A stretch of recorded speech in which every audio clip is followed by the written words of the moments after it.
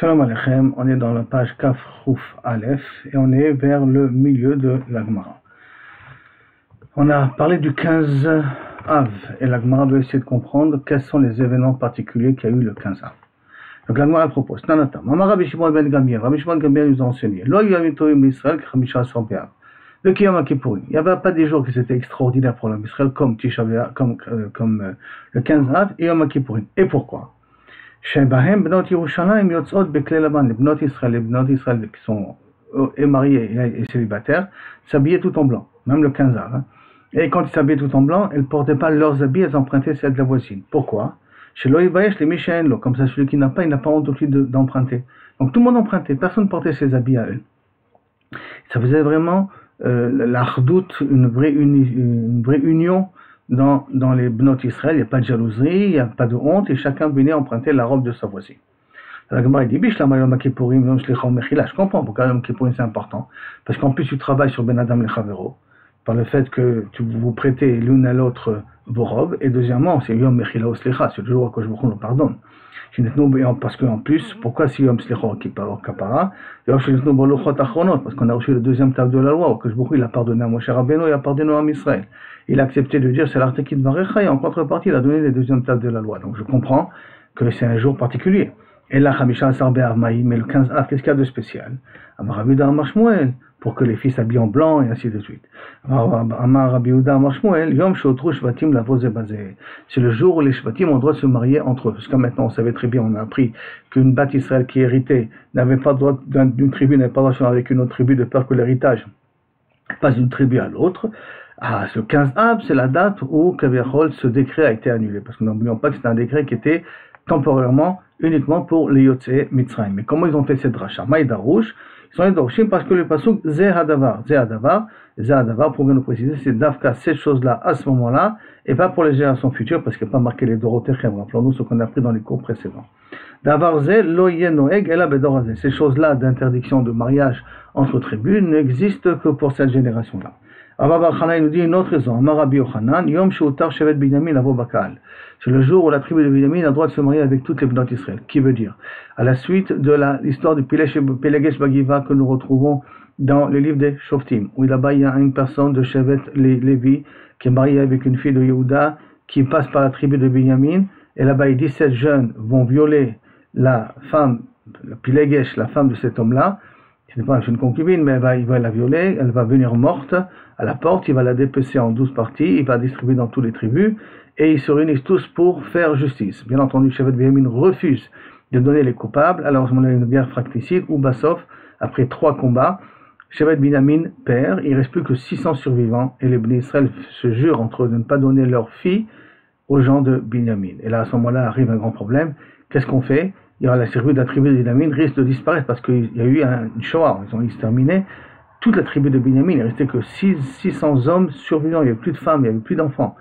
Alors à ce moment-là, ils ont fait un serment, mais quand ce serment ils sont aperçus, alors ça posait un problème, donc ils ont trouvé les filles de Yabesh Gilad. Je vous invite à voir ça dans Sefer Shoftim. Mais l'avantage aussi, c'est lorsqu'ils ont fait le décret de ne pas donner leur fille, comme il y a marqué, Ish Israël Nishba Mitzpeh, ils se sont tous jurés là dans la Mitzpeh, les morts Ish Mimeno Lo Iten Et Bito le Binyamin, on ne donnera pas sa fille à Binyamin, les Isha. Comme enfin, Maïdarouche, et qu'est-ce qu'ils ont fait comme dracha? Qu'est-ce qu'on a fait comme servant? On ne donnera pas notre fille.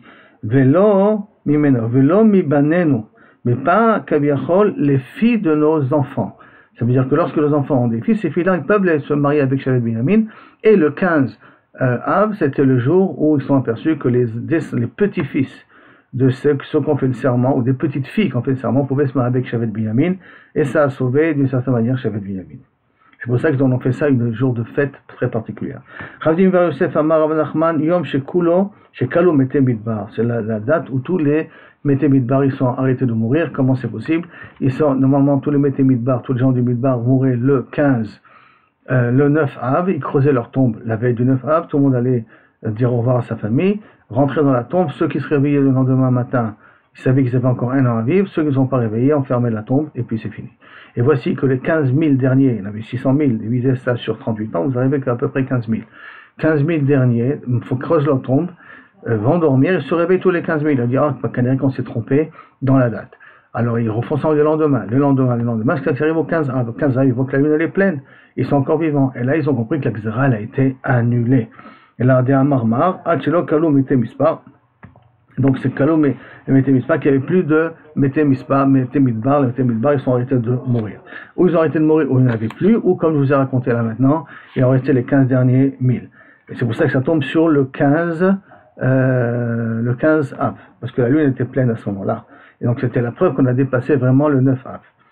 Achelo Kalou Mete Midbar, parce que jusqu'à temps que les Mete Midbar ne sont pas tous morts, Lo Haya Dibori Moshe, que beaucoup ne parlait pas à Moshe Panim el Panim. On sait que Moshe Rabbeinu avait la possibilité, le seul, de pouvoir parler comme je vous parle à vous, que beaucoup parlait à Moshe Rabbeinu. Et malheureusement, depuis l'histoire des Meraglim, Akadosh Baruch Hu parlait avec une certaine distance à Moshe Rabbeinu. Puis quand tous les Mete Midbar sont morts, ou on va dire qu'il a pardonné aux 15 derniers, 15 les seuls derniers qui restaient. Pourquoi d'Afka ces 15 derniers ils sont restés vivants? Regardez là-bas le Sirot Moussar, il explique parce qu'ils ont fait vraiment un tachanoun avant de mourir, qui était un tachanoun très sincère, parce qu'ils savaient qu'ils étaient les 15 derniers de tous les 600 000, donc ils savaient très bien que théoriquement ils allaient mourir. Là, ils ont fait une vraie tchouva, et c'est pour ça qu'à ce moment-là, Akadosh Baruch Hu leur a pardonné. Mais en tout cas, après ces 15-là, Akadosh Baruch Hu a reparlé avec Moshe Rabbeinu, Panim el Panim. Comme c'est marqué, lorsque tous les gens de la guerre, donc toutes les personnes qu'entre 20 ans et 60 ans sont morts, de Anshe Midbar, Mikerevam, Samichle a marqué après, il a parlé à moi. À moi, ça veut dire comme les fois précédentes. Les morts Elai, Haya Dibor, vers moi était la parole, c'était une parole directe d'Akadosh Baruch Hu à Moshe Rabbeinu. Une autre raison des 15, tous ces 15 ils ne sont pas en marloquet, il faut savoir, hein, tout ça s'est passé le 15 av, mais dans des époques différentes. Oula Amar, Yom Shebitel Hoshea ben Ela, Padesaot. Padesaot, ça veut dire quoi Hoshea ben Ela? Hoshea ben Ela, c'est le dernier roi des 10 tribus. Je vous rappelle que du point de vue historique, on voit ça dans les rois 2, qu'après la mort de Shlomo Améler, il y a un schisme qui se fait entre le roi Rechavam, fils de Shlomo, qui prend avec lui la tribu de Yehuda et de Binyamin, contre le Yerovam ben Nevat, qui lui prend les 10 autres tribus. Yerovam ben Nevat ayant peur qu'on va faire du kavod à plus à Rechavam qu'à lui, parce que au Beth Amikdash, les seules personnes qu'on doit s'asseoir, c'est les descendants de David. Donc s'il va arriver, il va monter à Yerushalayim, il va être à côté le roi de Yehuda, lui va s'asseoir, l'autre il va rester debout, et tout le monde va comprendre que le vrai roi c'est le descendant de Shlomo, et pas Yerovam ben Nevat. Donc qu'est-ce qu'il a fait? Il a mis des gardes frontières pour interdire aux Bnei Israël de descendre à Yerushalayim les jours des fêtes. Et tout ça pendant plus de 200-250 ans à peu près, jusqu'à ce que vienne le dernier des rois de 10 tribus, avant que Sanchérib vienne et exile les 10 tribus, il s'appelait Hoshea ben Ela, et il enlève les gardes frontières. Et c'est quand il a enlevé les gardes frontières, c'était le 15 av. Chez Oshib Yerovam al-Adrachim, que Yerovam ben Nevat avait mis dans les frontières, ces gardes frontières, chez Loyalo Israël la règle, pour pas que le juif monte pendant les jours de fête à Yerushalayim, pour les raisons que je vous ai expliquées auparavant. Rav Matna Amar, Yom, c'est qu'est-ce qu'il y a de spécial? Yom, chez Natnu, Arouge Betar Lekvoura, qu'on a donné la permission d'enterrer les morts de la ville de Bétar. Je vous rappelle que Bétar était l'une des dernières villes à se révolter contre les Romains, et elles ont tenu pendant plus de 3 ans, si je ne me trompe pas. Puis à la fin, en fin de compte, parce qu'une erreur de Bar Korva, par rapport à son oncle, j'ai oublié son nom, Atemani, j'ai oublié le nom de son oncle, Eliezer Atemani, j'ai oublié le nom de son oncle, Mechila, qu'il l'a tué sans faire exprès, et c'est lui qui protégeait la ville par cette filote et les jeunes qu'il faisait. Alors à ce moment-là, les Romains sont plus rentrés, et ils ont exterminé la ville. Et pour bien avertir qu'ils n'acceptent plus aucune révolte, ils ont interdit d'enterrer les morts. Et pendant 7 ans, les morts étaient laissés comme ça dans les rues de Bétar. Le vrai Bétar n'a pas été reconstruit pendant 7 ans. Et il y a eu Baruch Hashem un miracle, c'est que les corps n'ont pas pourri. Et 7 ans plus tard, quand il y a eu un nouveau César, il a donné la permission de pouvoir enterrer les morts. Et à ce moment-là, De'amar maintenant, Otoayom, c'est le 15 av, qu'on a donné la permission d'enterrer l'Arouge Bétar, Tiknu Beyavne Hatov Vametiv. Tov pour les gens qui sont morts, qui méritent d'être enterrés, et Ametiv pour nous, de ne plus voir de nos frères comme ça, jetés dans les rues. Vous pouvez dire l'inverse, hein. Atov pour nous, de ne plus voir les morts de nos frères jetés dans les rues, et Ametiv aux autres, de pouvoir donner la permission à ces Neshamot-là de pouvoir être enterrés. Ce Tov Ametiv, je vous fais rappeler, qui se trouve dans le Birkat Amazon. C'est à ce moment-là qu'ils sont venus, qu'ils l'ont enterré. Et maintenant, pourquoi Hatov chez l'Oisriach? que leurs corps n'ont pas pourri, Vamitiv, Shenitno les pourra, et qu'ils ont donné la possibilité de les enterrer. Rabba et Rabbi Yosef d'Amet Arbayou. Rabbi Yosef il dit qu'est-ce qui se passe ce jour-là? Yom Sheposkim, Bom Elikrot Etzim le Maracha. C'est le jour où on a arrêté de couper du bois pour amener au Misbeach. Parce que, pourquoi ça? Détania, comme c'est marqué. Qu'est-ce qu'il y a de spécial au niveau du bois? Il y avait des familles qui avaient l'habitude d'amener d'être torem, de faire des dons de bois pour le Misbeach. Maintenant, ces bois-là, on a arrêté de les couper à partir du 15 Av. Et pourquoi? Parce que Tanya Rabbi Eliezer Omer, Kevan Shegiach HaMeshes Reber, dès qu'arrive le 15 Av, Tashash Kocha Shel Chama, le soleil est moins fort. Velo Ayu Kortim Etzim, et on ne coupait plus du bois, la maracha, pour amener au Beth Amikdash. Pourquoi? Amar Rav Menashe, pourquoi ça? Amar Rav Menashe avec Karoulé Yom Tavar Magal. Et Rav Menashe dit, on appelait ça Yom Tavar, le jour où on cassait la hache, on cassait la faux. Pourquoi? Parce que comme le bois, on a besoin qu'il soit sans verre et qu'il soit sec, il faut que le soleil soit chaud. Alors si je coupe jusqu'au 15 Av, alors le bois il peut sécher, et si les vers ne pousseront pas, ne prendront pas place dans ce bois-là, et donc il sera du bois cachère. Mais s'il y a des vers dans le bois il est pas souple. Et s'il est humide, il fait trop de fumée.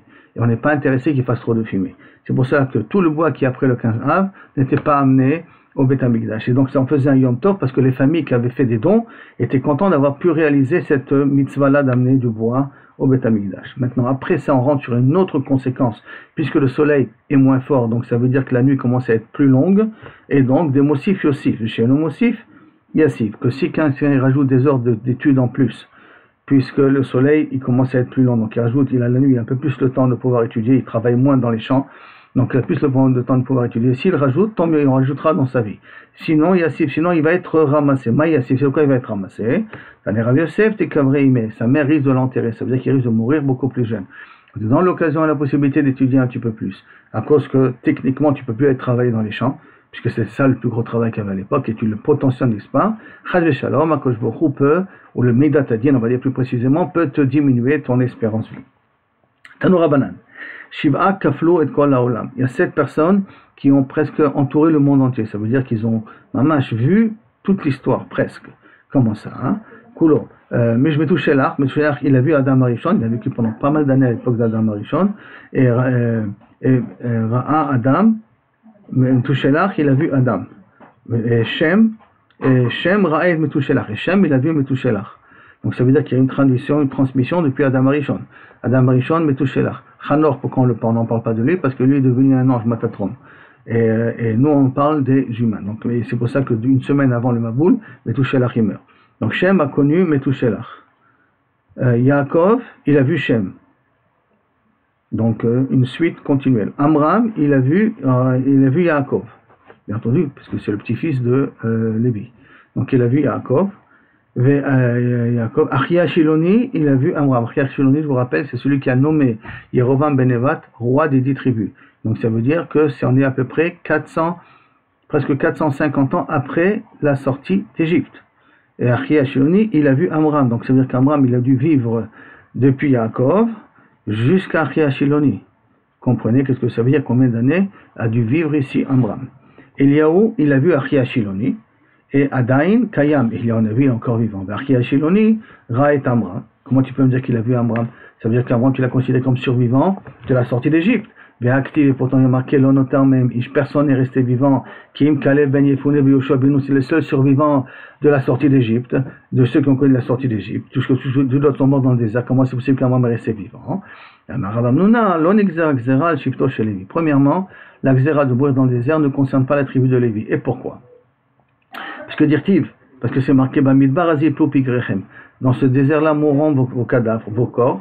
Kol Pekudechem, Kol Misparchem, Ben Esrim Shana Vamale, de tous vos nombres, de ceux qui ont 20 ans et plus. Ça veut dire que qui c'est qui ont la xéra? D'Avka ceux qui ont plus de 20 ans et ceux jusqu'à 60 ans. Ben Shana Vamala.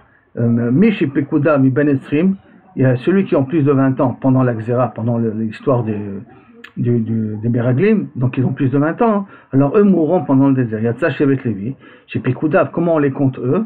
On ne les compte pas à l'âge de 20 ans, comme les Israël, on les compte à l'âge de 30 ans. Mais Ben Shloshim, Mishar ou Mishar Shevatim, Lo Aile, Et tu veux me dire que d'autres Shvatim, il n'y a pas d'autres personnes qui sont restées vivants, il n'y a que Shevet Lévi qui sont restés vivants, parce que le décompte, il se fait chez eux à partir de l'âge de 30 ans, et le décret, il a été pour ceux qui ont commencé à décompter à partir de 20 ans, alors, et dans le genre des autres tribus, il n'y en avait pas, et pourtant, Be'atania, Yair ben Menaché, ou Machir ben Menaché, Noldu bime Yaakov, Yair ben Menaché, ce sont les deux enfants qui sont nés à l'époque de Yaakov, pendant que Yaakov était en Égypte. Et eux, donc, ils font partie de Yotzei Mitzrayim. Velo meto, ils ne sont pas morts quand ils sont arrivés en Eretz Israël. D'où on sait ça?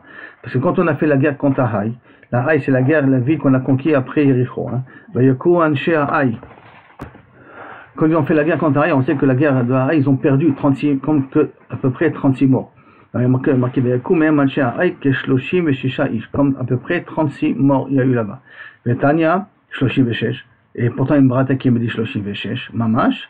Livré Rabbi Yehuda, ça je Rabbi Yehuda, Amar Levi Mahmadi, Vechi Neymar Shloshim Veshesh, pas marqué 36, alors Neymar, Ke Shloshim Veshesh, alors Neymar, et là, Ke Shloshim Veshesh, comme 36. C'est quoi comme 36? Et là, c'est Yair ben Menaché qui est mort pendant la guerre de Haï, chez Shakoul, Kerouba chez Sanhedrin, qui est égal à la majorité du Sanhedrin. La majorité du Sanhedrin, c'est 70 personnes, la moitié c'est 35, Ke Shloshim Veshesh, 36, comme 36 personnes, il était un compétent, une capacité de connaître la Torah égale à 36 personnes du Sanhedrin, et il est mort lui pendant la guerre de Haï. Donc on voit que il est rentré en Eretz Israël, et la Maravacha Bar Yaakov, l'on exagéra, l'on al-pachot mi ben esrim, là il faut rajouter. La Xéra n'a pas été faite pour ceux qui avaient moins de 20 ans, velo al-yeter mi ben shishim, mais pas pour ceux qui avaient plus de 60 ans. Al-pachot mi ben esrim, d'où on sait ça, que pas moins de 20 ans, dire-t-il parce que c'est marqué mi ben esrim shana vamala. Plus de 20 ans, eux, vos corps mourront dans le désert. Et pas plus que 60 ans. Gamar ou Maala, Maala. Du mot Maala, parce qu'il y a marqué Ben Esrim va Maala. Ben Esrim va Maala, de là-bas on apprend que plus de 20 ans, ils ont été la Xéra. Mais jusqu'à combien Maala? Alors il y a une Xéra Shava Maala et Maala Barachim. On fait une Xéra Shava entre Maala qui a marqué dans la Xéra de 20 ans qui mourront dans le désert, et le Ma'ala qui a marqué dans Arachim. Ma'ala, Yeter mi ben Shishim, qui est Pachot mi ben Esrim. Comme dans Arachim, si je veux donner ma valeur, Arachim, je donne ma valeur au Beth Amikdash. C'est une différence qui est entre 20 ans, 50, 30 ans, 40 ans, 50 ans, jusqu'à 60. Plus de 60, c'est la même valeur que moins de 20 ans. Et donc, comme là-bas, dans Arachim, le plus de 60, c'est comme Iben, Pachot, Iben Esrim, comme moins de 20 ans. Afkan, là aussi, Iben Shishim, ceux qui ont plus de 60 ans, qui est Pachot, Iben Esrim, comme moins de 20 ans. Et c'est pour cela que la Xéra n'a pas été sur les personnes qui avaient moins de 20 ans et plus de 60 ans. Et on fait la Xéra Shabbat avec Arachim. Maintenant, le Gemara demande une pose question. Et Bayaleo, Eretz Israël, Shvatim, Iflou, Odima, les Karkaf, Gavre, Iflou. Comment on a été partagé l'Israël? Par tribu, d'abord on l'a partagé par 12, les terrains, suivant les terrains, les délimitations des terrains, on a partagé par 12, et après, dans chaque tribu, ils ont partagé par rapport au chef de famille, où tout Israël a été partagé par le nombre de personnes, de telle sorte que chacun il a reçu exactement la même type de parcelle. Ça, c'est la Shafek. Et sur ça, la Gemara va répondre tout de suite, Tashma, Ben Rav Ben Lemeat, il y a marqué dans le Pasuk, Alpi Agoral, Techalek, suivant le tirage au sort, tu partageras ben la chalato, le partage, ben rab ben la meat, aussi bien que tu es nombreux, aussi bien que si tu es pas nombreux. Et en plus il y a marqué, Atida Eretz Israël, c'était chalek le shlosha sarshvatim. Et plus tard, Bezrat Hashem, ça veut dire avec la venue Mashiach qui va venir là maintenant, Eretz Israël va partager en 13 tribus, pas 12 tribus. Shebatrila, l'onechleka, ela, les shnemasa. Au départ, Eretz Israël était partagé en 12 tribus. L'onitchalka, ela, bekesef.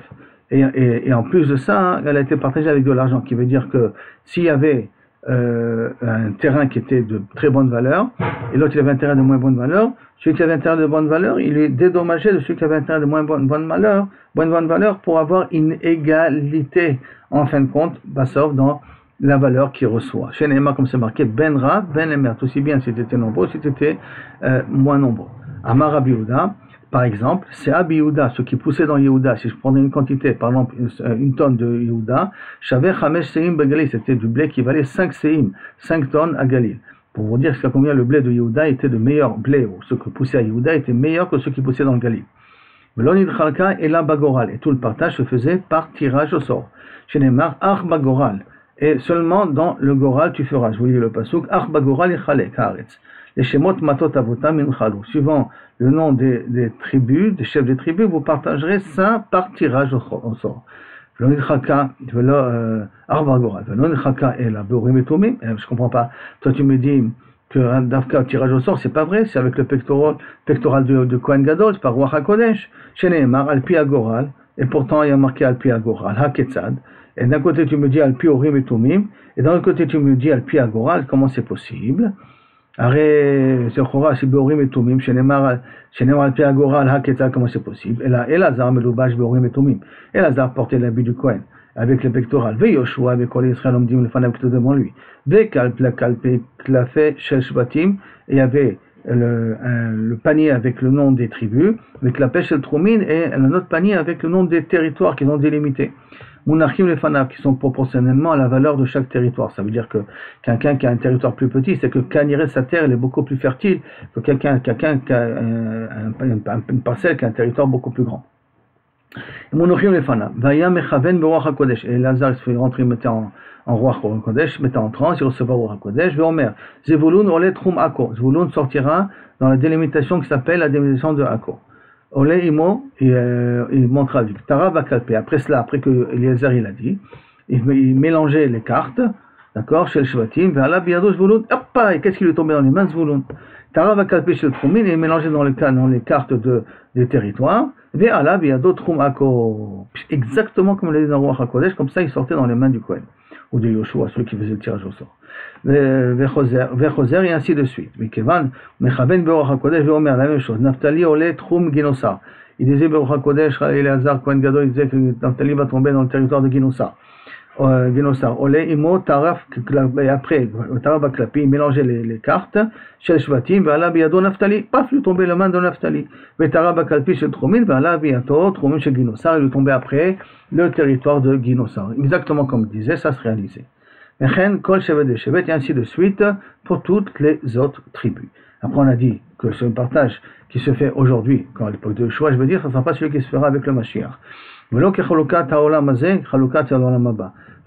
veut dire post-Mashiach. Pourquoi? Si un homme il avait un terrain qui était réservé à faire que du blé, tvoua, ça dépendait s'il n'avait pas un champ où on pouvait planter des arbres. Ça dépendait s'il avait un champ pour planter des arbres.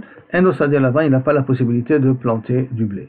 Les Olam par contre, les orientations post-Mashiach, il n'y a pas une personne qui n'aura pas, avec chaque personne d'autre terme, il aura dans la montagne pour avoir des arbres, il aura dans la plaine et dans la vallée. Il aura pour avoir toutes les sortes de terrains possibles. Chez Neymar, Sha'ar Reuven, Echad, la porte de Reuven 1, Shar Yehuda, Echad, Shar Lévi, Echad. On a vu que Lévi aussi il reçoit, c'est pour ça que c'est partagé à 13. Kadosh Baruch Hu mechalek lahem be'atzmo, c'est Kadosh Baruch Hu qui fera le tirage au sort lui-même chez Neymar, Vele Machloktam, Neum Hashem, voici leur partage. Neum Hashem va dire à Kadosh Baruch Hu, Katani Meat, et pourtant il y a marqué dans tout ça, Shebatrila Lun Chaka, il a allé chez Masar Shvatim. Maintenant on revient à la question première qu'on avait posée, la question est-ce que le partage s'est fait par rapport aux personnes, par rapport aux tribus. On voit d'ici que sauf ça a été partagé par rapport aux tribus, Shma Mina, Shvatim, Miflok Shmamina. Et là, Béhémet déduit que le partage s'est fait par rapport aux Shvatim, et pas par rapport aux personnes. Et là on est arrivé juste à le milieu, vers le milieu des grandes lignes, tout de suite après Amar Mar Atida Eret Israël, Shtechalek Shlosha Asar Shvatim, pour le shiur de demain.